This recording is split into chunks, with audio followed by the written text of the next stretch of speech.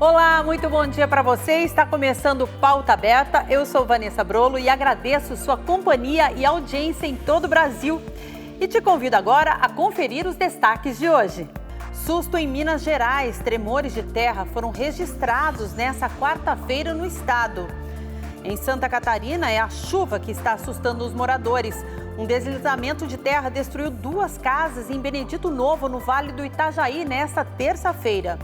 Mudanças no comando da Petrobras. O Conselho de Administração da empresa formalizou nesta quarta-feira a renúncia do presidente da companhia, Caio Paz de Andrade. Contas de início de ano.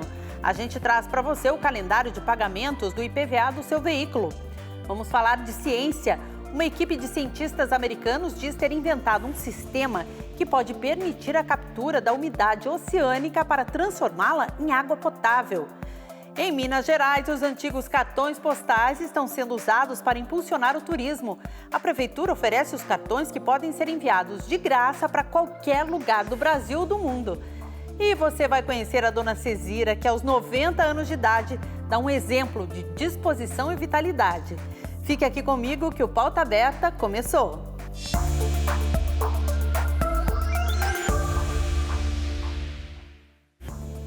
Nesta quarta-feira de manhã, tremores de terra foram registrados em Minas Gerais. A Defesa Civil do município de São José da Lapa confirmou o abalo sísmico. A terra tremeu em São José da Lapa, em Minas Gerais, nesta quarta-feira. O tremor de terra aconteceu por volta das 8 horas e 40 minutos da manhã. O evento foi confirmado pela Defesa Civil do município, que disse que os efeitos foram sentidos em todos os bairros da cidade. Pelas redes sociais, moradores mostram o susto que levaram. Gustavo Coimbra disse que tremeu tudo em São José da Lapa. E Isadora pergunta sobre o tremor. Esse foi o segundo tremor de terra em Minas Gerais só este ano. O primeiro foi registrado em 7 Lagoas. Só no ano passado, Minas Gerais teve 53 tremores de terra registrados oficialmente. E olha só, gente, os mineiros já sentiram outros abalos sísmicos. Há um mês, tremores de terra já tinham sido registrados no estado pelo Centro de Sismologia da Universidade de São Paulo, com magnitude 2,4 na escala Richter. A chuva voltou com força no litoral do Paraná. A Estrada da Graciosa, que é uma das estradas de acesso ao litoral do estado, foi bloqueada depois de ser atingido por um novo deslizamento de terra na noite dessa terça-feira. O problema aconteceu dentro do trecho que já estava sendo parcialmente bloqueado após as 6 da tarde, o que ajudou a garantir a segurança do usuário.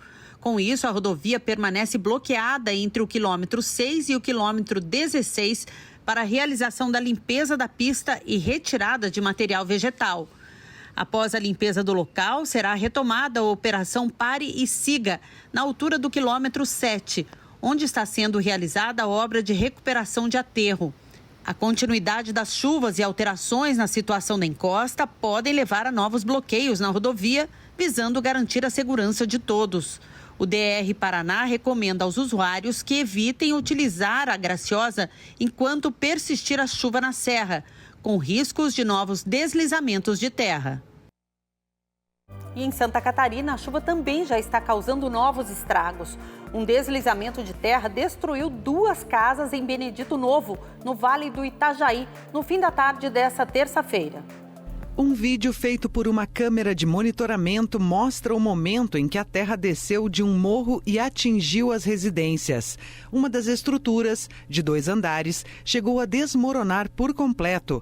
Não há informações sobre feridos. A cidade de Benedito Novo foi atingida pelas fortes chuvas registradas no estado entre a tarde de terça e a madrugada desta quarta-feira. De acordo com os bombeiros, ruas foram alagadas e houve ocorrências de queda de árvores. Alguns postos de combustíveis pelo Brasil estão aumentando os preços para os consumidores. E os aumentos acontecem mesmo com a prorrogação pelo governo federal da medida provisória que diminuiu os impostos sobre gasolina e etanol. O Ministério da Justiça e Segurança Pública prometeu investigar esses aumentos. Só que os donos de postos dizem que a isenção foi apenas de impostos federais. Os valores do litro da gasolina e do álcool variavam e o consumidor já sentia no bolso essa oscilação. Nos últimos dias tem aumentado bastante, até acho mais ou menos 3 semanas atrás estava 4 e pouco, já estou abastecendo de 5,25. Abalou mesmo, porque a gente estava abastecendo de 4 e pouco, deu uma subida para 5,49, muita alta para a gente que trabalha todo dia. A medida provisória que prorroga a isenção das alíquotas PIS, PASEP e COFINS sobre o valor dos combustíveis foi publicada nesta segunda-feira no Diário Oficial da União. Mas mesmo assim, vários postos do Distrito Federal aumentaram o preço dos combustíveis. O valor do litro da gasolina, por exemplo, chegou a ser vendido 50 centavos mais caro nesta semana em relação à semana passada. Em coletiva de imprensa, o ministro da Justiça, Flávio Dino, afirmou que a pasta, em conjunto com os PROCONs dos estados, vai investigar essa alta dos preços. Diz respeito a estes aumentos abusivos dos combustíveis no Brasil. Nós tínhamos uma situação anunciada de suspensão de um benefício tributário. Esse benefício tributário foi prorrogado pelo presidente Lula. Não houve nenhum aumento na Petrobras e, portanto, não há base empírica, a princípio, para que haja esta descoordenação no que se refere a preços. E a Secretaria Nacional do Consumidor vai cuidar disso junto aos PROCONs para que o Sistema Nacional do Consumidor cuide dessa temática. Em nota, a Federação Nacional do Comércio de Combustíveis e de Lubrificantes, a FECombustíveis, afirma que os postos são livres para definirem seus preços de venda e que a MP que prorroga a isenção de impostos refere-se somente aos impostos federais, não considerando o valor das alíquotas estaduais, como o ICMS. Mudanças no comando da Petrobras. O Conselho de Administração da Petrobras formalizou nesta quarta-feira a renúncia do presidente da companhia, Caio Paz de Andrade. O Conselho da empresa nomeou como presidente interino o atual diretor executivo de desenvolvimento da produção, João Henrique Ritterhausen.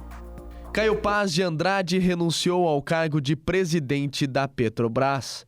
Oficialmente, a empresa informou que o Conselho de Administração aprovou o encerramento antecipado do mandato de Andrade. A estatal confirmou que ele também renunciou ao cargo de membro do Conselho de Administração. Não se sabe o motivo da renúncia.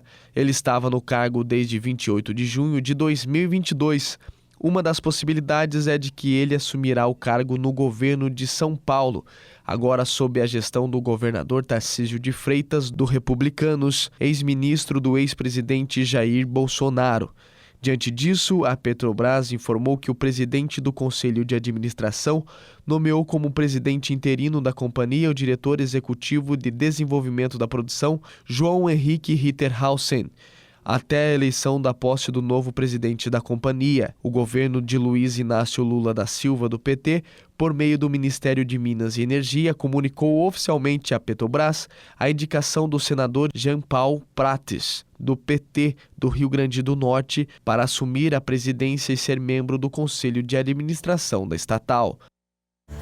E agora aquela notícia que pesa no nosso bolso. Os impostos pagos pelos contribuintes brasileiros em todo o país em 2022 passam de 2 trilhões e 800 bilhões de reais. É o que aponta o Impostômetro, um painel instalado pela Associação Comercial de São Paulo na região central da capital paulista. Em 2021, o mesmo painel da Associação Comercial de São Paulo registrou aproximadamente 2 trilhões e 800 bilhões de reais, aumento de 11,5% de um ano para o outro. O montante é a soma do valor arrecadado pelos governos federal, estadual e municipal, incluindo taxas, contribuições, multas, juros e correção monetária. Segundo o economista Ulisses Ruiz de Gamboa, da Associação Comercial de São Paulo, o avanço em 2022 aconteceu pela maior arrecadação de tributos federais, apesar das desonerações promovidas pelo governo, como foi o caso dos combustíveis, energia elétrica e telecomunicações. O economista lembra também que ainda tivemos inflação em níveis elevados, o que encarece produtos e serviços. E por falar em impostos, você aí já está se organizando para pagar o IPVA do seu veículo? A gente traz agora os calendários de pagamento em alguns estados do Brasil. Acompanhe. Todo início de ano, uma das primeiras coisas que vem à cabeça do brasileiro é o pagamento do IPVA, do IPTU, a compra do material escolar e outros tributos a serem pagos. O Imposto sobre a Propriedade de Veículos, o IPVA, é um dos principais a serem pagos por quem é dono de veículo. A arrecadação feita por estados e municípios é usada para despesas na administração pública. Mas é preciso ficar atento, porque o calendário, a forma de pagamento e os descontos concedidos são diferentes em cada estado. Em São Paulo, os valores de IPVA pagos em 2023 ficarão em média 10,77% mais caros. As taxas variam entre 1% e 4% de acordo com o tipo de veículo. Neste ano, o valor poderá ser quitado à vista no mês de janeiro com desconto ou parcelado em até 5 vezes sem o abatimento. No Rio de Janeiro, a data de pagamento do imposto inicia no dia 23 de janeiro. O tributo pode ser pago em cota única com desconto de 3% ou em 3 vezes sem desconto. No Ceará, este é o segundo ano em que os contribuintes terão 5% de desconto, podendo chegar a 10% se o imposto for pago em cota única. Já o pagamento parcelado poderá ser feito em até 5 vezes. Em Minas, os cidadãos terão um pouco mais de tempo. O vencimento do IPVA inicia somente em março, com o calendário respeitando o número final da placa. O pagamento em cota única terá desconto de 3%, podendo chegar a 6% para quem pagou o imposto sem atraso nos últimos 2 anos. Também será possível pagar o IPVA em 3 parcelas, sem descontos. No Paraná, o calendário de pagamentos inicia no dia 19 de janeiro, com a possibilidade de quitação em 5 parcelas sem desconto ou pagamento à vista com 3% de abatimento. Uma das novidades para 2023 é que será possível pagar com o cartão de crédito em até 12 vezes com juros. Em todos os estados, os proprietários de veículos podem consultar valores, datas e benefícios pelo site da Secretaria da Fazenda Estadual ou no aplicativo Meu IPVA. Daqui a pouco você vai conhecer a iniciativa da Prefeitura de Belo Horizonte que está incentivando o turismo com cartões postais que as pessoas podem mandar de graça para qualquer lugar do mundo. E ainda a história da dona Cezira, que aos 90 anos compartilha com a gente os segredos de uma vida ativa e saudável. O intervalo é rapidinho, até já!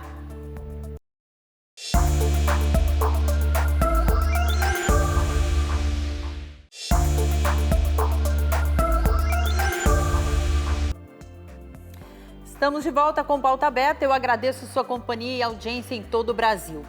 67 deputados federais e estaduais eleitos tiveram suas contas de campanha rejeitadas pelos tribunais regionais eleitorais de seus estados. E em momentos assim a gente se pergunta, o que acontece com esses políticos que tiveram contas rejeitadas? Quem responde para a gente é Haroldo Santos Filho, coordenador da Comissão de Contabilidade Eleitoral do Conselho Federal de Contabilidade em Brasília. Acompanhe. Quais são os motivos que levam a uma conta a ser rejeitada ou desaprovada? São muitos os motivos. São motivos essencialmente técnicos e que não necessariamente dizem respeito a algo relacionado à moral, à ética, ao desabono de conduta desse parlamentar, desse político que teve suas contas rejeitadas. Por exemplo, o fato dele atrasar na entrega de um relatório dentro de um prazo que já estava estabelecido em lei é um motivo para ter suas contas desaprovadas, e isso não necessariamente quer dizer que a sua conduta, a sua moral esteja maculada por esse motivo, né? Para se dizer o que vai acontecer com esse deputado federal ou estadual que teve suas contas rejeitadas, mas já foi diplomado, a rigor eu poderia dizer que num período curto de tempo, numa análise mais imediata, nada acontecerá com esses deputados. Isso porque essas contas elas foram desaprovadas e os processos continuarão, né? Como você precisa do devido processo legal para que o deputado possa se defender, para que o candidato e hoje deputado eleito possa se defender, isso vai demorar um tempo. Por isso é que eles vão seguir nos seus mandatos, né? E muitas vezes o mandato vai acabar e ele não vai ser punido. Agora, a Polícia Federal, o próprio Ministério Público Eleitoral pode dar continuidade a esses processos entendendo haver ali um forte indício de desvio de recursos, de fraude eleitoral, e que são crimes eleitorais com uma gravidade, uma roupagem completamente diferente. E isso pode ensejar a cassação do mandato desses deputados. Isso se o processo acontecer e tiver o trânsito em julgado dentro do período do mandato dele, naturalmente. Vamos falar de ciência e olha que incrível. Uma equipe de cientistas americanos diz ter inventado um sistema que poderia permitir a captura da umidade oceânica para transformá-la em água potável. Um estudo publicado na revista Nature revelou uma invenção de grande impacto para o futuro do mundo. Uma equipe de cientistas americanos diz ter criado um sistema que poderia permitir a captura da umidade oceânica para transformá-la em água potável. De acordo com especialistas da Universidade de Illinois, com as mudanças climáticas é necessário aumentar a oferta de água doce. Os cientistas alegam que a conservação e a reciclagem de água de fontes existentes são essenciais, mas não suficientes para responder às necessidades humanas futuras.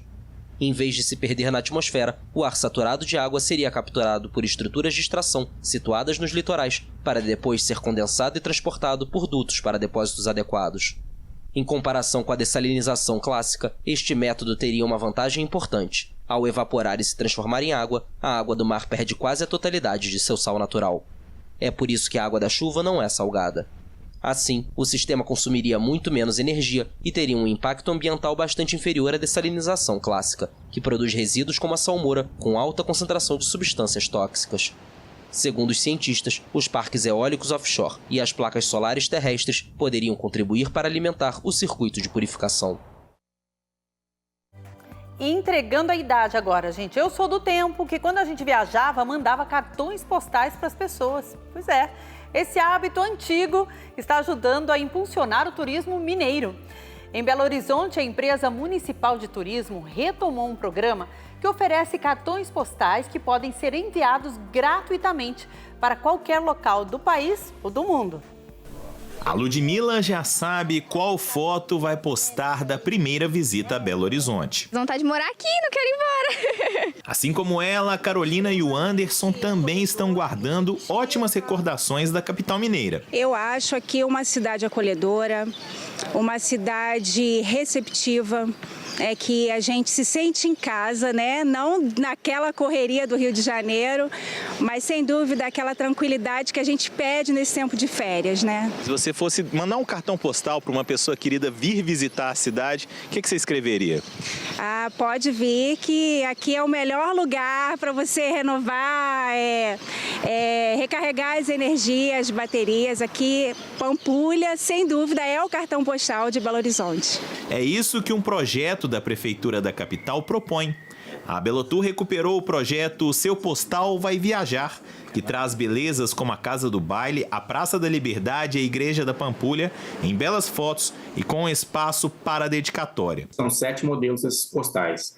Então, tendo interesse do envio, né, ele preenche atrás do postal, tem um campo para preencher uma mensagem, bem como o campo do destinatário. E aí pode enviar quantos quiser, não tem limite de envio, não. A ideia é compartilhar os mais de 2.800 postais com turistas em 3 pontos diferentes da cidade, para promover as belezas e também a gastronomia única de Belo Horizonte. A propaganda de um negócio boca a boca, sendo ela positiva, é sempre muito interessante, surte um efeito muito bom, né? Os postais também não poderiam ser diferentes.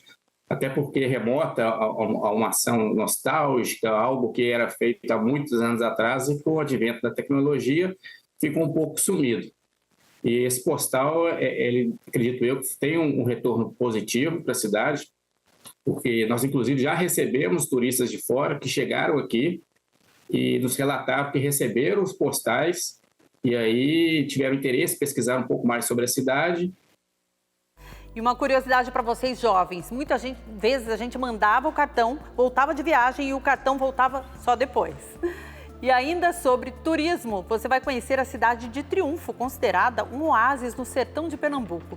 A cidade está distante 403 quilômetros do Recife e é considerada uma das joias do sertão do Pajeú. Um oásis no sertão de Pernambuco.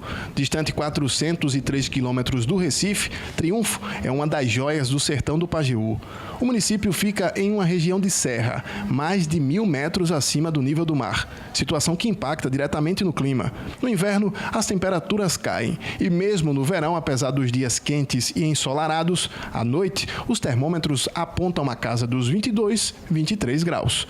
Uma cidade que, ao longo dos anos, aprimora a vocação turística, parte importante para a economia da região. Triunfo é a terra dos caretas, essas figuras folclóricas da cultura pernambucana que andam com o chocalho, o chicote, a capa pendurada, o chapéu de palha e as máscaras. Os caretas estão tão enraizados na história de Triunfo que é impossível lembrar do município sem pensar nos mascarados. O nosso careta, ele surgiu entre os anos de 1917 para 1909. Não se tem uma data específica do surgimento desse personagem aqui no município. Sabe-se apenas que era um rapaz que fazia parte de um grupo de reisado, foi expulso desse grupo, queria brincar, mas não era mais agregado. Então ele foi desenvolver uma máscara, né? Pegou um chapéu meia-lua, um chicote de couro, um chocalho e desceu a ladeira, aí chicoteando e estralando. No centro da cidade é possível conhecer e vivenciar a história dos reis da Folia de Triunfo, no museu dedicado aos caretas. Aliás, referências a eles estão por toda parte na cidade.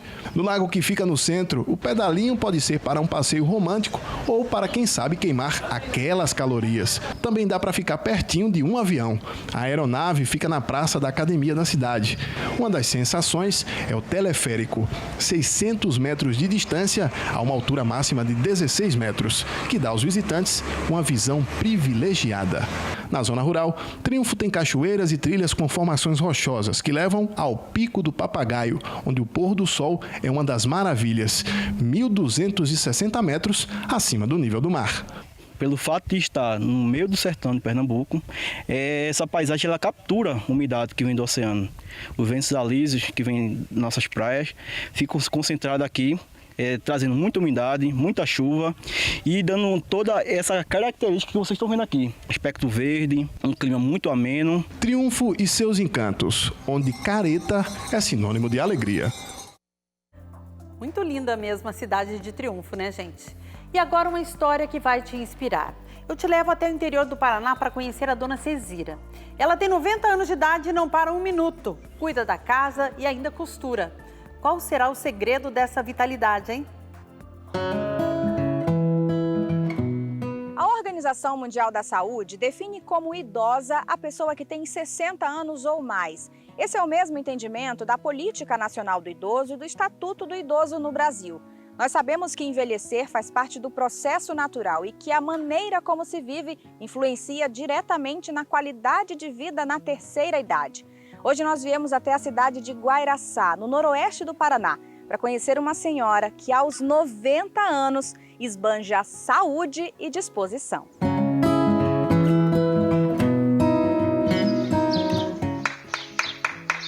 Chegamos à residência de Dona Cezira e foi ela, acompanhada da filha Wanda, quem nos recebeu já no portão. Simpática, logo nos convidou a entrar. Ficamos com ela por cerca de 2 horas e nesse período foi possível perceber que a idade não tem sido um fardo tão pesado. Um dos segredos para isso é a fé. Todos os dias, sempre reserva um tempo para as orações. Eu tenho muita fé, assim, então eu acho que o que eu peço para Deus, não vou dizer que eu resolve tudo, né? Mas muitas coisas eu tenho recebido e como eu tenho fé, eu saio dentro de casa com aquela vontade, sabe? Que é querer fazer as coisas. Minha fé me ajuda muito. Viúva, atualmente a idosa mora sozinha, mas a filha caçula mora ao lado. É que Dona Cezira prefere manter ao máximo a independência. Um exemplo disso é o café da manhã, que ela faz questão de preparar e sentar à mesa com a família e Sueli, sua auxiliar para tarefas mais complicadas. É impossível não se impressionar com a habilidade que ela tem para se locomover e realizar as atividades. E não para por aí. Diariamente, ela se dedica a um ofício que por anos ajudou no sustento da família e que hoje continua sendo fonte de renda, mas também uma terapia. Sim, aos 90 anos ela ainda costura. E pasmem, faz tudo sozinha. Desde colocar a linha na agulha até os acabamentos dos lençóis e jogos de cama. Tudo muito caprichado. Faz 73 anos que eu aprendi a costurar e nunca deixei de costurar. A vida toda costurei. Na roça, às vezes, quando eu tendo cuita e café, então eu não pegava muita costura, né? E era de lamparina, não tinha energia naquele tempo lá. E até hoje a senhora não para? Não quero parar. Quero fazer alguma coisa na vida ainda. E sabe como ela controla as contas do que vende? Do jeito mais tradicional possível. As anotações no caderninho é ela quem faz, mesmo sem nunca ter estudado. O pouco que sabe, aprendeu praticando. Junto com o falecido marido, ela construiu uma família com 4 filhos. 2 deles também já morreram. São 9 netos, 11 bisnetos e recentemente se tornou tataravó. A última vez que reuniu a família inteira foi no dia 29 de outubro de 2022, quando completou 9 décadas de vida. Mas quando quer se comunicar com alguém, usa a tecnologia a seu favor. 7, 3, 2, ligo. E você deve estar se perguntando, e a saúde? Como vai a saúde? Bem, como ela mesma diz, a única coisa que sente são dores nas pernas, na coluna e no ombro. De resto, tá tudo certo. Então, qual é o segredo para tanta disposição? Ela responde. Eu acho, sabe por quê? Porque eu nunca parei, né? Por eu não ter leitura, não saber ler e escrever direitinho, eu uso muita cabeça para isso. Às vezes a mulher chega e compra, vamos pôr 300, 400, muito compra 1.000. Onde dividir tantas vezes? Ai, cadê a calculadora? Eu já aguardo aí que já a calculadora está aqui. E como não poderia ser diferente, para a família ela é um exemplo. E a filha mais nova não esconde o orgulho e o privilégio que é viver ao lado da matriarca. A minha mãe é um exemplo aqui em Guaraçá, para a gente também, né, para os filhos. É difícil ser igual a ela, não é fácil, né? E assim, para a gente é uma honra ter ela com 90 anos, ativa ainda, né?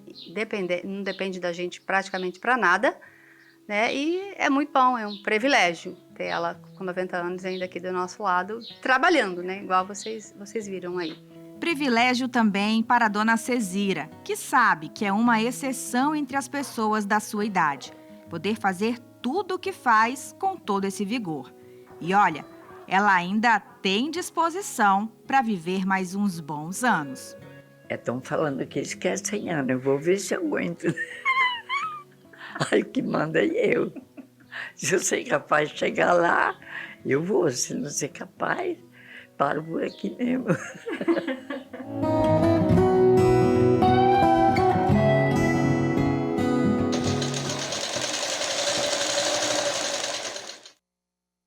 Dona Cezira, com esse bom humor e vitalidade, eu não tenho dúvidas de que a senhora chega fácil aos 100 anos, hein?